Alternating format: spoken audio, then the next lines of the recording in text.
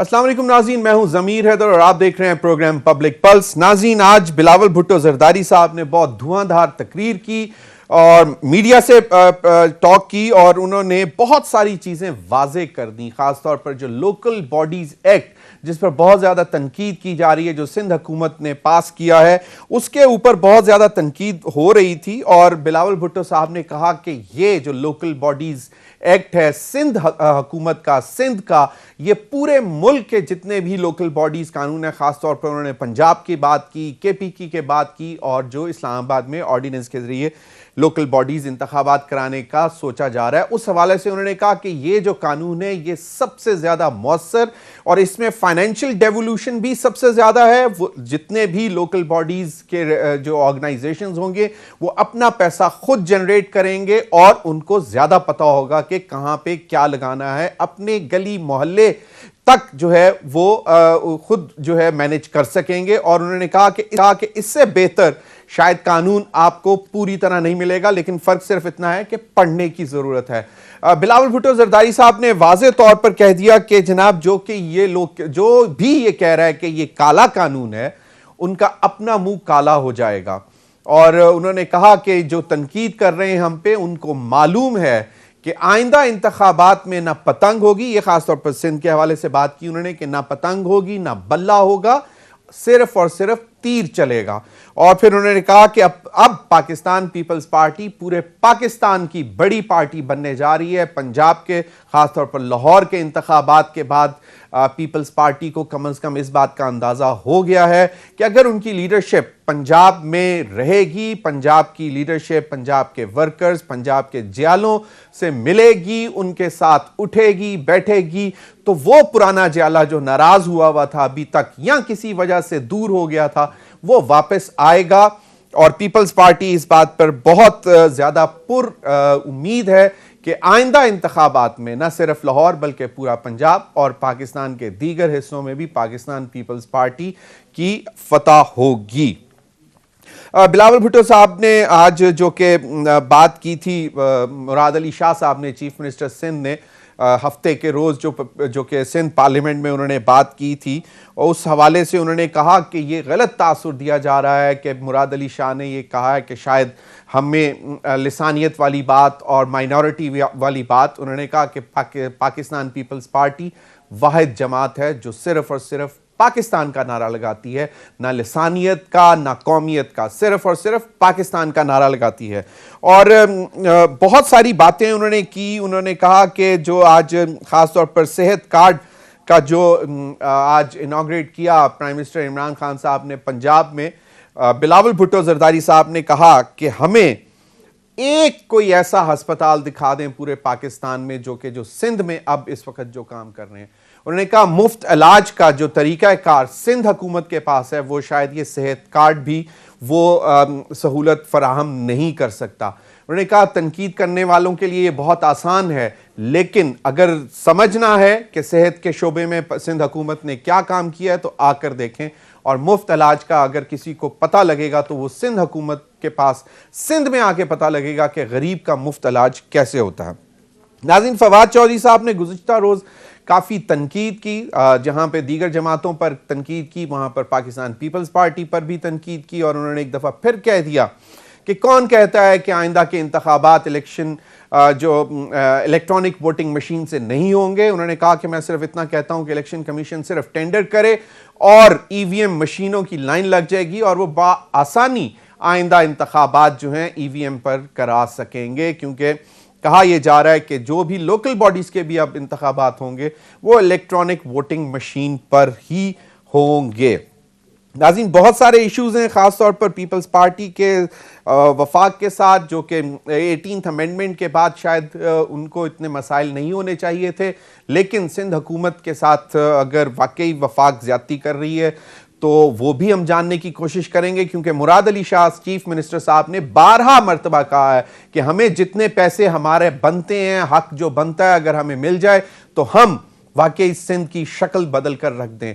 क्या चीज़ें हैं जो रुकावटें हैं वो भी हम बात करेंगे। नाज़रीन, आज मेरे प्रोग्राम में कमर जमान काहिरा साहब साथ मौजूद हैं सीनियर रहनुमा पाकिस्तान पीपल्स पार्टी कमर उस्मान कारा साहब, बहुत बहुत शुक्रिया आपके वक्त का। मैं जरा मुराद अली शाह साहब की जो गुफ्तगू थी, जो उन्होंने on the floor of the Sindh assembly कही थी, वो आप जरा सुन लें और उस पर फिर मैं जो आज बिलावल साहब ने भी कहा वो मैंने आपको बता दिया, तो जरा इस पर हम चाहेंगे बात करना, क्योंकि पाकिस्तान पीपल्स पार्टी का हमेशा से ये मौक़िफ़ रहा है कि वो पूरे पाकिस्तान की वाहिद पार्टी है और उनका नारा सिर्फ और सिर्फ पाकिस्तान है। क्या कहा मुराद अली शाह साहब ने, ये जरा सुन लें। हाँ, हम पाकिस्तान का हिस्सा है, हमें पाकिस्तान का हिस्सा समझो। ऐसे हालात नहीं पैदा करो कि लोग कुछ और सोचना शुरू हो, और आप ऐसे हालात पैदा कर रहे हैं। ये कहना कि नासिर शाह साहब रोडी से हैं, वो कराची के फैसले करेंगे आके।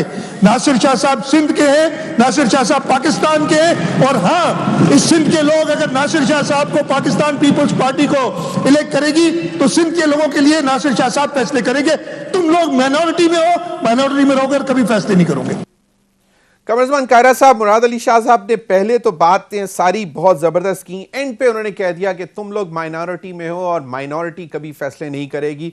और आज बिलावल भुट्टो जरदारी साहब ने प्रेस कॉन्फ्रेंस करते हुए वाज़े तौर पर यह कह दिया कि हमें लिसानियत और कौमियत की बात ना की जाए, हम सिर्फ और सिर्फ पाकिस्तान की सियासत करना चाहते हैं, पाकिस्तान के लिए सियासत करना चाहते हैं, पाकिस्तान की आवाम के लिए सियासत करना चाहते हैं। और तो क्या कहते हैं, ये क्या मसाइल क्या बन रहे हैं जो इतना मुराद अली शाह साहब पिछले काफ़ी दिनों से बड़े सख्त स्टेटमेंट्स उनकी तरफ से आ रही हैं, चाहे वो फंड्स का इशू हो, एनएफसी का इशू हो, 18th अमेंडमेंट पर 12 मरतबा कॉन्टीन्यूस एक तनकीद भी है, तो क्या मसाइल हैं क्या?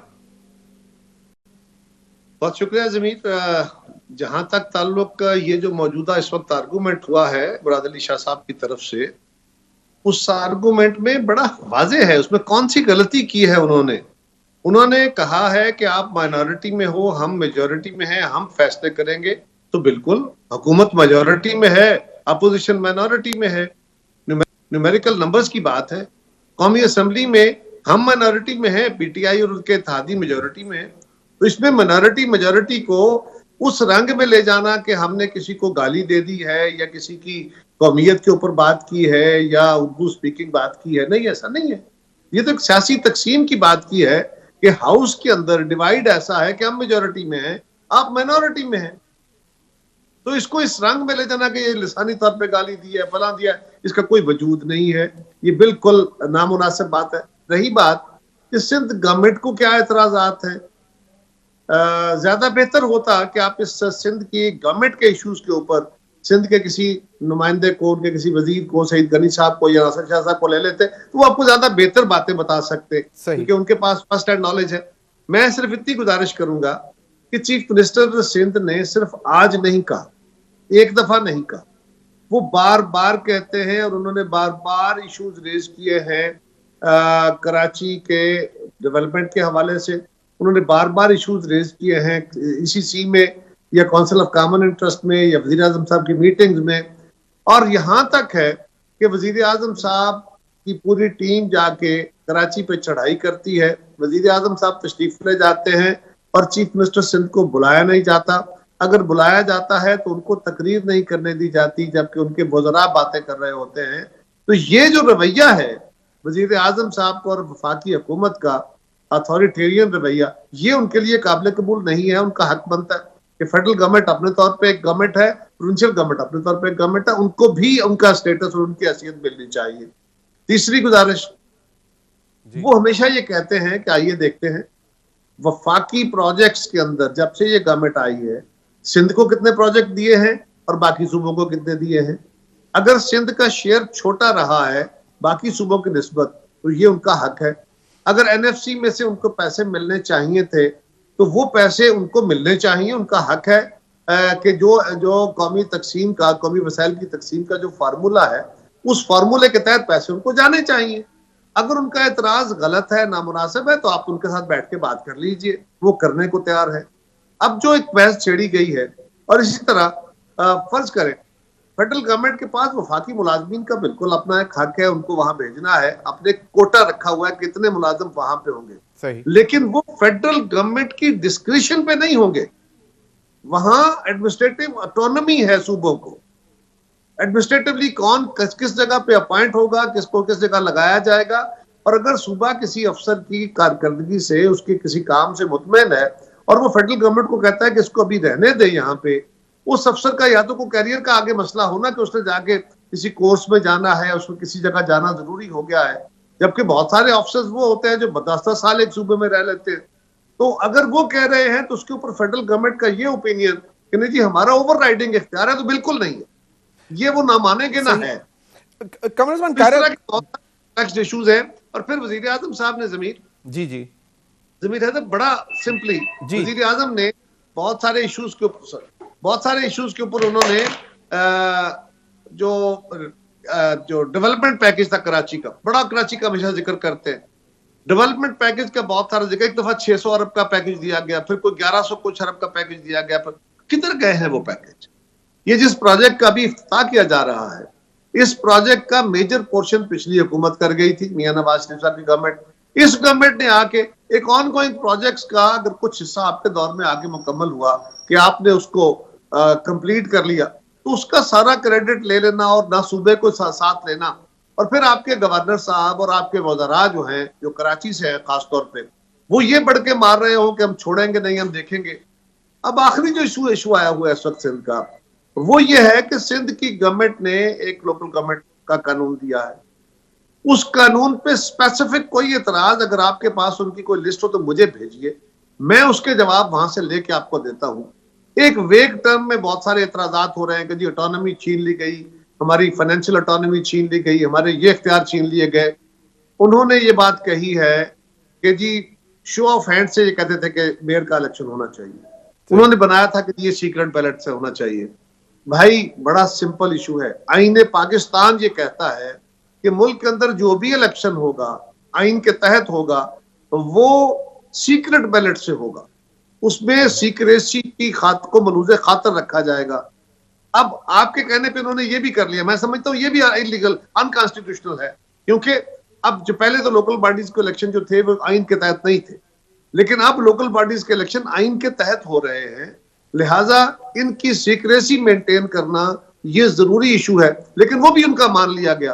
फिर उन्होंने बाकी इख्तियार, रही एक बात वायद रह गई थी कि जी वो हेल्थ फैसिलिटीज जो है हमारे अस्पतालों पे सिंध गवर्नमेंट जो है वो कब्जा कर रही है। तो सिंध गवर्नमेंट ने कहा कि कराची के पास या बाकी हमारे जो मेट्रोपॉलिटन सिटीज हैं उनके पास इतने वसाइल नहीं होंगे कि वो अपने अस्पताल रन कर सके, लिहाजा अगर हम उनको टेक ओवर करके उनको बेहतर करते हैं, बड़े अस्पताल है, उनको अच्छे तरीके से चलाया जाता है, तो लोगों को उसकी बेहतर सहूलतें मिलेंगी। इसके लिए वो गवर्नमेंट बैठ के बात करने को तैयार थी, है, आज भी बात करना चाहे वो हाजिर है। लेकिन अगर आप ये कहें कि जी जिस तरह न्यूयॉर्क के मेयर को या लंदन के मेयर को इख्तियारात हैं, उस तरह के इख्तियारात मिलने चाहिए, और हाँ मिलने चाहिए, लेकिन पूरे मुल्क में फिर मिलने चाहिए। सही। यहाँ तो आपका हालत यह है कि जो वहां जाके लोकल बॉडीज का शोर कर रहे हैं, 2 साल से, 2.25 साल से यहाँ पंजाब के अंदर लोकल बॉडीज जो थे वो मुअत्तल रखे गए, और फिर जाके अदालत ने उनको बहाल किया है, फिर भी उनको इख्तियार नहीं दे रहे, उनको डेवलपमेंट का फंड नहीं दे रहे, उनके सारे काम सीज किए हुए हैं। और क्यों उनके मुखालिफ लोग जीते हुए हैं। और अगर आप वाकई लोकल गवर्नमेंट के साथ मुखलस हैं तो आइए बैठिए, आप चांद मत मांगिए, जो अवेलेबल के अंदर लॉजिकल बात है उसकी बात करें, और उसके बाद ऊपर बात करने को तैयार हैं। मैं जमीर हैदर के शो में बैठा हुआ ये कह रहा हूं कि मैं बात करने को, मैं उनका वकील बन के बात करने को तैयार हूं। आइए अपोजिशन बताए कि वो कौन सा कानून है जो पंजाब में है और वहां नहीं है, बल्कि वहां अगर बेहतर फैसिलिटीज ना हुई तो बात कर लेते हैं। बिल्कुल। कमर उस्मान कारा साहब, कहा यह जा रहा है कि अब इलेक्शन का माहौल बनना शुरू हो गया है, और अब ये नहीं मालूम कि 2022 में होते हैं या बाकायदा अपनी टर्म पूरी करते हैं 23 में, लेकिन कहने वाले कहते हैं कि शायद अर्ली होगा। प्राइम मिनिस्टर भी बड़े एक्टिव हुए हुए हैं, बहुत जगहों पे जा रहे हैं। एक तो लोकल बॉडीज़ का इलेक्शन का जोर है, माहौल बन रहा है, सीजन बन रहा है, दूसरा फिर आज सेहत कार्ड भी उन्होंने चला दिया। हम देख ये रहे हैं कि पंजाब में ख़ासतौर पर लाहौर में NA 133 में पीपल्स पार्टी का जो रिवाइवल है, उसके बाद शायद कुछ थोड़ी सी परेशानी बढ़ रही है। फवाद चौधरी साहब, किस तरह पीपल्स पार्टी को सिर्फ टारगेट कर रहे हैं, ये जरा दो छोटी छोटी मुख्तसर सी बातें हैं, वो जरा सुन लें। पीपल्स पार्टी का 2009 से 2012 तक तो कोई रिकॉर्ड ही अवेलेबल नहीं है फंडिंग का। इंटरेस्टिंग चीज है ये, मैं आपको बताऊं कि एक पीपीपी है और एक पीपीपी है, 4P है, 3P है। जो 4P है, इन्होंने यूनाइटेड स्टेट्स ऑफ अमेरिका में एक कंपनी जो है वो रजिस्टर करवाई। उस वक्त हुसैन हकानी उन्होंने पीपल्स पार्टी के लिए फंड रेजिंग की, मिलियंस ऑफ डॉलर्स वहां पे जमा हुए, उनका भी कोई हिसाब किताब नहीं आया।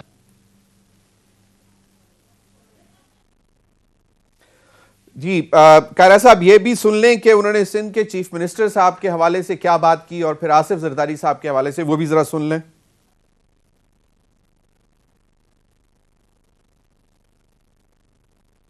वो कोई टेक्निकल इशू है तो ये अब कायरा साहब, आपने सुना है फवाद चौधरी साहब ने फॉरेन फंडिंग के हवाले से, क्योंकि इस वक्त सबसे बड़ा जो केस है वो अपना पीटीआई का फंडिंग का केस है, तो उसको क्या कवर करने की कोशिश कर रहे हैं और खास तौर पर जो माहौल बन रहा है उस हवाले से पाकिस्तान पीपल्स पार्टी को ज्यादा टारगेट किया जा रहा है। देखिए, पीपल्स पार्टी तो टारगेट इस मुल्क के ताकतवरों की भी है और पीपल्स पार्टी के साथ बाकी लोगों का भी टारगेट हमेशा ही रहा। हमारा सवाल ये है कि फवाद चौधरी साहब, पहले तो जो इलेक्शन कमीशन ने उनके खिलाफ और उनके अपने मेंबर ने, उनके अपने जो इनसाइडर है, फाउंडर मेंबर, उन्होंने वो सवाल रेज किए हुए हैं जो अदालत और इलेक्शन कमीशन उनसे पूछ रही है, वो उससे भाग रहे हैं, उसका जवाब दे दे। रही बात पीपल्स पार्टी की, उन्होंने जाके इलेक्शन कमीशन में रिप्रेजेंटेशन की है, इलेक्शन कमीशन ने उनको इख्तियार दिया, उन्होंने हमारे अकाउंट्स देखे हैं, वो इलेक्शन कमीशन को कहें, इलेक्शन कमीशन पीपल्स पार्टी से जो चीज मांगेगा पीपल्स पार्टी देगी, क्योंकि हमारे दोनों जमातों के जो, अब ये एक मजबूरी थी जो हमने जमातें बनाई, क्योंकि उस वक्त पीपल्स पार्टी क्योंकि फोकस रहती है ना, तो मुशर्रफ दौर में एक कोशिश थी कि पीपल्स पार्टी को बाहर कर दिया जाए सियासी अमल से, उसके लिए पीपल्स पार्टी ने मजबूरी में ये फैसला किया था। लेकिन आज भी हम ये कहते हैं कि हम बाकायदा ऑडिटेड अपनी रिपोर्ट्स फाइल करते हैं, अगर किसी के पास कोई ऐसा एविडेंस है तो वो हमने हुकूमत वक्त को तो पेश नहीं करना ना। ज़मीर हैदर हम तो देंगे इलेक्शन कमीशन को, वो इलेक्शन कमीशन को कहें, इलेक्शन कमीशन हमसे मांगे, हम दे देंगे। और ये जो 4P का जिक्र कर रहे हैं, ये इस 4P के नाम से एक कंपनी वहां पे ऑलरेडी काम कर रही है कोई, उस कंपनी ने, जो एक बिजनेस कंपनी है, उसके अपने फंड्स हैं, उसके अपने अकाउंट्स हैं। ये इसके ऊपर बहुत सारी बहस हो चुकी है, बड़ी डिटेल उसकी आ चुकी है। वो कहना कि जी वहां फंड इकट्ठे किए गए और वो पैसे उसके नहीं आए, इस तरह आप कंफ्यूज ना करें। आप इलेक्शन कमीशन को कहें, जिस बात पे इलेक्शन कमीशन मुतमईन नहीं है, ना हमने फवाद को मुतमईन करना है, ना हमने वजीर आजम को मुतमईन करना है, ना हमने हुकूमत वक्त को, हाँ हमने इलेक्शन कमीशन को सेटिस्फाई करना है जो उनके सवाल होंगे। तो कारा साहब, आज से पहले कभी ये इशू रेज हुआ है इलेक्शन कमीशन की तरफ से? बहुत दफा हुआ है ये आजकल पिछले 2-4 महीनों से जो हुकूमती वज़रा है, जब से इनका इलेक्शन कमीशन के अंदर वो केस जरा हार्डली परसू करने की कोशिश की गई है, फॉरेन फंडिंग केस पीटीआई का, जो कि ओपन एंड शट केस है, क्लियर कट, तो उसके बाद उन्होंने फिर मुस्लिम लीग का भी और हमारा भी शोर करना शुरू किया कि जिनके बड़े अकाउंट्स हैं इनका ये है, और फिर इलेक्शन कमीशन में जाके प्रेजेंटेशन की दरखास्त दी, इलेक्शन कमीशन ने हमारे अकाउंट्स उनको देखने का इख्तियार दे दिया, इजाजत दे दी, चले बिस्मिल्लाह, कोई एतराज है हमें? आपके कोई स्पेसिफिक एतराजात हैं तो बिस्मिल्लाह लाइए, आप इलेक्शन कमीशन को दीजिए, इलेक्शन कमीशन अपने सेटिस्फेक्शन के मुताबिक अगर समझता है कि उनमें कोई ऐसा है हमसे जवाब पूछ लेगा, हम जवाब दे दें। तो कारा साहब डिलिबरेट मूव है पीपल्स पार्टी को डिस्काउंट करने की, स्पेशली आफ्टर NA 133 रिजल्ट, क्योंकि वो एक बहुत अरसे बाद बहुत बड़ा रिवाइवल समझा जा रहा है पीपल्स पार्टी का, ना सिर्फ पंजाब में बल्कि खसूसी तौर पर लाहौर में। ज़मीर साहब, ये बात दुरुस्त है कि पीपल्स पार्टी के रिवाइवल का या पीपल्स पार्टी को जो वोट मिला है वो हजम नहीं हो रहा। कभी उसका कि जी वहां पैसे लगा दिए गए, कभी उसके ऊपर ये हुआ जी कि पता नहीं किसने वोट दे दिए। हालांकि ज़मीर एक बड़ा वाज़ेह इशू हुआ, लोगों ने ये सिलेक्शन के अंदर, मैंने इलेक्शन के दौरान भी लोगों को कहा था कि आपने गवर्नमेंट के खिलाफ अपना जो एंगर है वो वाज़ेह करना है। दोनों अपोजिशन की जमातों को ही वोट मिले हैं, वोट 18% पड़ा है, लेकिन लोगों ने अपना एक बड़ा वाज़ेह तौर पर दिया है जो एक ओपिनियन, इसलिए कि जितनी महंगाई, बेरोजगारी, लाकानूनियत, करप्शन इस दौर में बढ़ी है। अब तो मेरा इल्जाम नहीं, अब तो बाकायदा सर्वे आ गए हैं, गवर्नमेंट के अपने इदारे कह रहे हैं कि करप्शन बढ़ गई है। आम आदमी की जिंदगी बहुत ज्यादा मुतासर हुई है, सेठों की दौलत बढ़ गई है, गरीबों की गुर्बत बढ़ गई है, 2 करोड़ लोग गुर्बत की नकीर से और नीचे चले गए हैं। उसके नतीजे लोगों के ख्वाब थे वो टूटे। लोगों ने हमारे ना, अब जरा सिलेक्शन की डायनामिक्स देखिए, किसी वक्त अपनी टीम को लगाइए, वो आपको दे देंगे पूरा, जिन इलाकों में वर्कर्स वर्कर है, किसान हैं, मजदूर हैं, माइनॉरिटीज हैं, गरीब आबादियां हैं, वो पीपल्स पार्टी का ट्रेडिशनल वोटर है। उन्होंने लोअर मिडिल क्लास के लोग हैं, उन आबादियों से पीपल्स पार्टी को ज्यादा वोट मिला है। क्यों?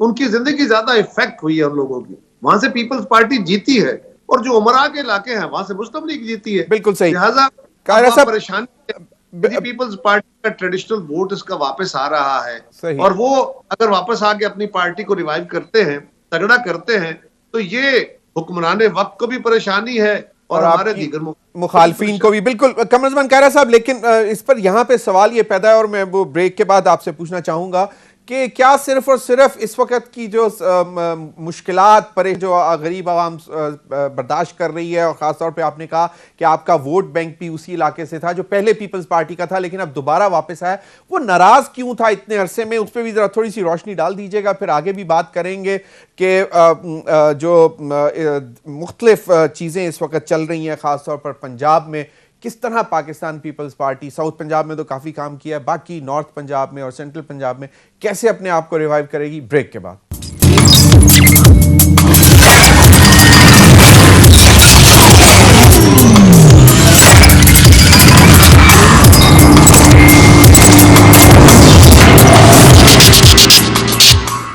वेलकम बैक नाज़रीन। कमरुज़्ज़मान कायरा साहब हमारे साथ मौजूद, सीनियर रहनुमा पाकिस्तान पीपल्स पार्टी। कमरुज़्ज़मान कायरा साहब, आपने खुद अभी बताया कि जो NA 133 में जो मतलब कम आमदनी वाले जो तबके थे, वो आपका ट्रेडिशनल वोटर था, वो वापस आया। कहां था वो इतना अरसा? काफी अरसा क्यों गायब रहा? क्या वजह थी? पीपल्स पार्टी की लीडरशिप ने क्या तवज्जो नहीं दी, या अब सिर्फ और सिर्फ के ये हुक्मरान उनके लिए बहुत तंगी और मुश्किलात पैदा कर रहे हैं तो इसलिए वापस आया वो? देखिए ना जमीर, पाकिस्तान में मसाइल ज्यादा हैं और वसाइल कम है। गरीब आदमी की जिंदगी पहले भी तंग थी, अब और ज्यादा मुश्किल हो गई है। ये नहीं था कि हमारे दौर में बहुत अच्छा हो गया था, हमारे दौर में उसकी जिंदगी में उतनी तलखी नहीं थी जितनी आज आ गई, उतनी गुर्बत नहीं थी जितनी आज आ गई है। और हमने गुर्बत के खात्मे के लिए जो प्रोग्राम शुरू किए, आज जिसको एहसास प्रोग्राम कहा जा रहा है, ये बेनजीर इनकम सपोर्ट प्रोग्राम है। तो इसके खालिक तो ये नहीं है, लोग जानते हैं कि इसका ख्वाब कौन देखने वाला था। खान साहब के ख्वाब में तो ये तस्वर में तो ये बात थी नहीं, ना इनके मैनिफेस्टो में थी। इसी तरह आज जो सेहत कार्ड बड़ा आजकल सेहत कार्ड बुनियादी तौर पर जो बेनजीर इनकम सपोर्ट प्रोग्राम था, उसमें वसीला सेहत बाकायदा इस प्रोजेक्ट था, उसके बहुत सारे प्रोजेक्ट थे, उसके अंदर वसीला रोजगार था, ये था। तो उसके जो प्रोजेक्ट आगे चलना था, उसने मिचोर होना था, उसके अंदर और चीजें ऐड होनी थी। तो ये सारे उसके तख्लीकी ख्याल बीबी शहीद के मौजूद थे। हमने जब शुरू किया था ये बेनजीर इनकम, मैं उसका फाउंडर चेयरमैन था, और ये सारी चीजें उसमें बाकायदा ऑलरेडी इनकॉर्पोरेटेड थी। तो ये अपने तौर पर तो इस मुल्क के लोगों के लिए न कोई सेहत की सहूलत का ख्वाब देख सके, ना लोगों को कोई ख्वाब दिखा ही सके प्रॉपरली, और न ही इन्होंने गुर्बत के खात्मे के लिए कोई काम किया। लेकिन ये 2 करोड़ लोगों को गुर्बत की लकीर से और नीचे ले गए, ये बात दुरुस्त है। अब सवाल ये है, हमारे लोग, उनको कंपैरिजन करने का मौका मिला। पहले हमारे खिलाफ एक प्रोपेगेंडा था, लोड शेडिंग थी, बेशुमार मसाइल थे, कोई शक नहीं है, लेकिन उस वक्त दहशतगर्दी थी, उस वक्त बहुत सारे और इश्यूज थे, आलमी बहरान थे। हमने अवाम को बहुत सारी सहूलतें दी और उन सहूलतों के नतीजे में लोगों की जिंदगी में बेहतरी आई। लेकिन जितनी मुस्लिम लीग का दौर आ गया उसके बाद, और मुस्लिम लीग ने आगे कहा कि हम बहुत बेहतरी करेंगे, मुस्लिम लीग ने भी कोशिश की, फिर पीटीआई को लाया गया।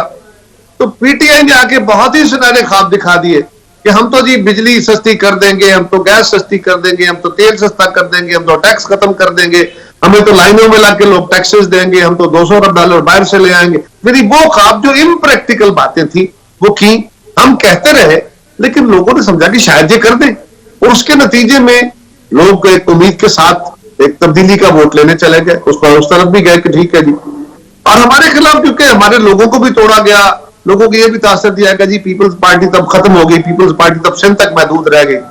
अब इस दफा क्योंकि हमारी गवर्नमेंट का उसके बाद 5 साल मुस्लिम लीग और 3.5 साल इनके, अब लोगों ने कंपैरिजन किया है कि किस गवर्नमेंट में क्या हालात थे, और उसके नतीजे में लोगों ने अपना फैसला भी तब्दील किया है। और हमारे कारकुन ने, हमारी तंजीमों ने, हमारे साथियों ने एक एक घर का दरवाजा खटखटाया, एक एक जगह पे गए हैं। मुस्लिम लीग बड़ी अरगस में बैठी हुई थी और पीटीआई मैदान छोड़ के भाग गई थी। सही। अब हमने जाके लोगों को जब अप्रोच किया तो हमारे लिए बड़ा मुश्किल था जमीर।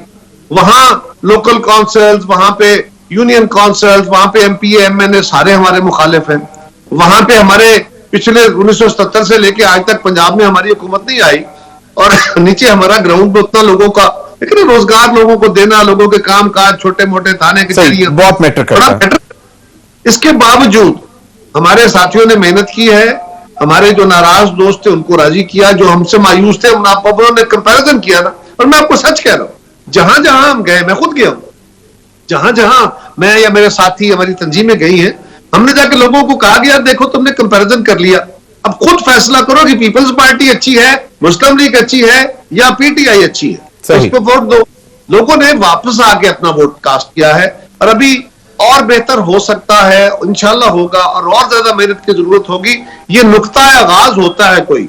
अब कारकुन को भी हौसला मिला, जो लीडरशिप है उसको भी हौसला मिला कि हाँ this is possible and we have to do it, and और बड़े आराम से लोगों को ये बात अब समझ आई है। तो लोगों ने वापसी का अपना जो रास्ता है, अपना जो उनका तारीख है, उसको दोबारा मजबूत किया। सही। कायरा साहब, कहा यह जा रहा है कि साउथ पंजाब में तो शायद आपने यकीनन थोड़े से पंजे गाड़ लिए हैं पाकिस्तान पीपल्स पार्टी ने, और अब लाहौर की एक नशिस्त जो है उसमें बहुत अच्छी कारकर्दगी के बाद शायद थोड़ा सा सेंट्रल पंजाब भी, लेकिन अभी भी बहुत बड़ा सेंट्रल पंजाब का हिस्सा जो कि ट्रेडिशनली पीपल्स पार्टी का रहा है वो अभी भी नाराज है। फिर नॉर्दर्न पंजाब में आए तो वो अभी भी ज्यादातर पाकिस्तान मुस्लिम लीग नून और कुछ पॉकेट्स अब पीटीआई की तरफ चले गई हैं। सिर्फ अगर पंजाब की बात करें, क्योंकि आपने बहुत काम किया है पंजाब में पीपल्स पार्टी के हवाले से, क्या पहले के कुछ गलत फैसले थे जिनकी वजह से प्रॉब्लम्स हुई और अब क्या इस तरफ भी ज्यादा तवज्जो है और चीजें बेहतरी की तरफ जाएंगी? जमीन अदब देखे ना, हमारा ना सियासत के अंदर एक तो होता है लोगों का अपना ओपिनियन, एक होता है इलेक्टेबल्स की पॉलिटिक्स।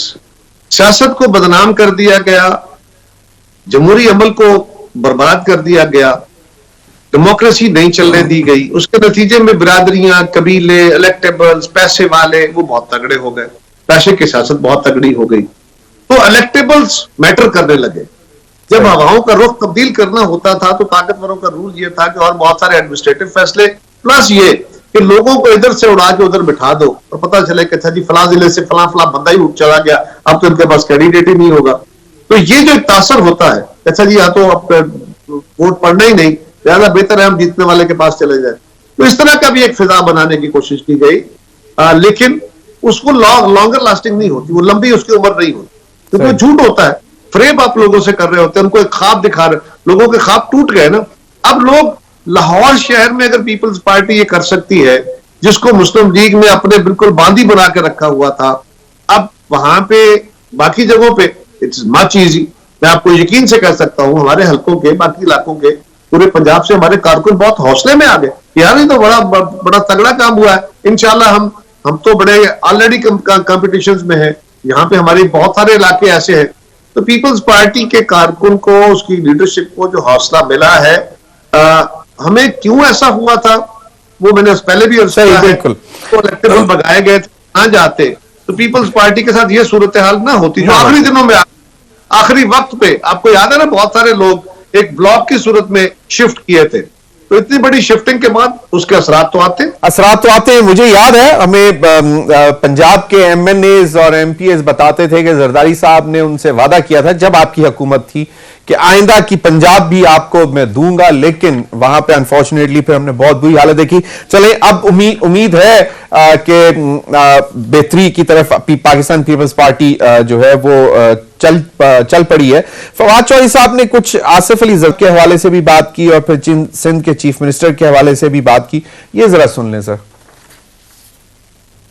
सिंध ने जो तकरीर की, मैं हैरान हो जाता हूं कि उनकी गैरत जो है वो जब फरियाल तालपुर के पर्स उठाने के ऊपर नहीं जागती, उनकी गैरत जब जो है अपने लीडरशिप के लिए जो है वो जब वो पानी की बोतलें उठा उठा के फिर रहे होते हैं उस वक्त नहीं जागती है, लेकिन हर बात के ऊपर वो हमें धमकी दे देना अपना फर्ज समझते हैं। ये चीफ मिनिस्टर को इस तरह की जुबान मेरा ख्याल है उन्हें थोड़ी सी तमीज होनी चाहिए। जरदारी साहब ने जिस मेहनत से पीपल्स पार्टी को तबाह बर्बाद किया है और इतना तो जनरल जियाउल हक ने वो किरदार अदा नहीं किया। जी कायरा साहब, क्विक कमेंट, फिर मैंने ब्रेक की तरफ जाना है, फिर बाकी बात इस पर मजीद करेंगे। जमीर साहब, गुजारिश ये है कि पहली तो फवाद को चाहिए कि वो अपनी जबान बेहतर इस्तेमाल किया करें। चीफ मिनिस्टर एक जिम्मेदार ओहदा है, उनके ऊपर तनकीद करना उनका हक है, लेकिन बदजुबानी उनका हक नहीं है। सही। अगर उनको अपना ख्याल नहीं है तो कम से कम बाकियों के का ख्याल तो जरूर करें, इख्तलाफ करें। चीफ मिनिस्टर साहब ने फरियाल तालपुर का कभी अगर पर्स उठाया नहीं होगा, लेकिन अगर उठा ले तो बहनों और माओं के बंदा पर्स उठा लेता है, उनका वजन उठा लेता है, उनकी चादरें उठा लेता है, तो ये कोई शर्म वाली बात नहीं। उनके यहाँ शायद हो, हमारे यहाँ तो इसका असूल मौजूद है, पर हम उनको वही रिश्ते समझते हैं जो जिसका मैंने जिक्र किया। दूसरा, सईद गनी साहब का जो जिक्र किया गया वो बहुत घटिया बात है, बहुत घटिया। मुझे लफ्ज कहते हुए अच्छा नहीं लग रहा, लेकिन घटिया बात इसलिए है जमीर हैदर कि ये पिछले दिनों चेयरमैन साहब एक प्रेस कॉन्फ्रेंस कर रहे थे, उसमें एक पानी की बोतल वो बातें करते करते उन्होंने पानी पीना चाहा तो बोतल उन्होंने खोलना चाहिए, तो कई दफा होता है बोतल नहीं खुलती, वो टाइट ज्यादा होती है या सील नहीं खुलती, उसके ऊपर लगा होता है। बिल्कुल, मैंने देखा सईद गनी साहब ने बोतल खोल के पकड़ा दी जी, उसको खोल के उधर रख दिया। उनकी जगह मैं होता, आप होते, कोई और होता, कि वो बात कर रहे हैं, उनकी तवज्जो ना उधर से हटे, वो अपनी बात करते रहे, तो वो बोतल खोल के रख दी। इस बात को जिस तरह बयान किया गया सोशल मीडिया में, जो गंदगी उछाली गई और उसके ऊपर पता नहीं क्या क्या स्टोरियां, और अब फवाद साहब भी माशाल्लाह क्या खूबसूरत गुफ्तगू उन्होंने भी फरमा दी इस पे।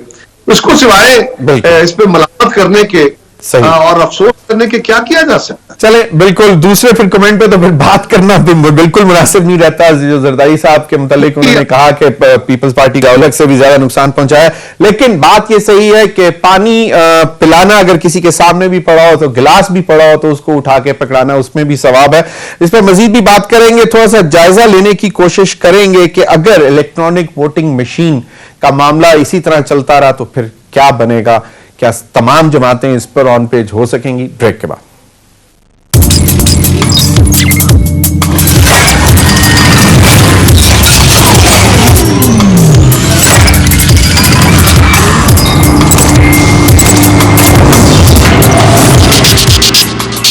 वेलकम बैक नाज़रीन। कारा साहब, वक्त कम है, मुख्तसर सी बात बताएं कि ईवीएम के हवाले से कल भी फवाद चौधरी साहब ने कहा कि अगर इलेक्शन कमीशन चाहे तो लाइनें लग जाएंगी, टेंडर करे, और आइंदा इंतखाबात चाहे वो लोकल बॉडीज हो चाहे जो भी इलेक्शन हो वो ईवीएम पर होंगे। क्या बनेगा क्या इसका? देखिए जमीर, पहली गुजारिश ये है कि जरदारी साहब के बारे में जो उन्होंने बात कही ना, सिर्फ इतना जवाब उसका है कि ये वही आसिफ जरदारी साहब है जिनके आगे पीछे फवाद चौधरी साहब उनकी खुशामदे करते भागा करते थे। उस वक्त उनको ये ख्याल नहीं आया। जब वो मुशर्रफ छोड़ के हमारे पास आए थे तो मुशर्रफ साहब बुरे थे, आज वो हमें छोड़ के अंदर गए हैं तो ये हम बुरे हैं, कल उनको छोड़ के कहीं और जाएंगे तो ये बहुत बुरे होंगे। तो ये बात वक्त बताएगा हमें। अच्छा चलिए कारा साहब, आपने इतनी बात जो की, एक मुख्तसर सी बात और अगर बता दें कि आपके जो बहुत इर्द गिर्द करीब जो हल्के समझ लें या कोई लोग जो अगर अच्छे इलेक्टेबल वापस आना चाहें तो लेंगे उनको वापस? जी, जो इलेक्टेबल को लेने का तस्वर है वो तो पार्टी फैसला करेगी जी। बिल्कुल पार्टियों की मजबूरी बनती है, मैं इस पे बिल्कुल एडमेंटली बात नहीं कर सकता।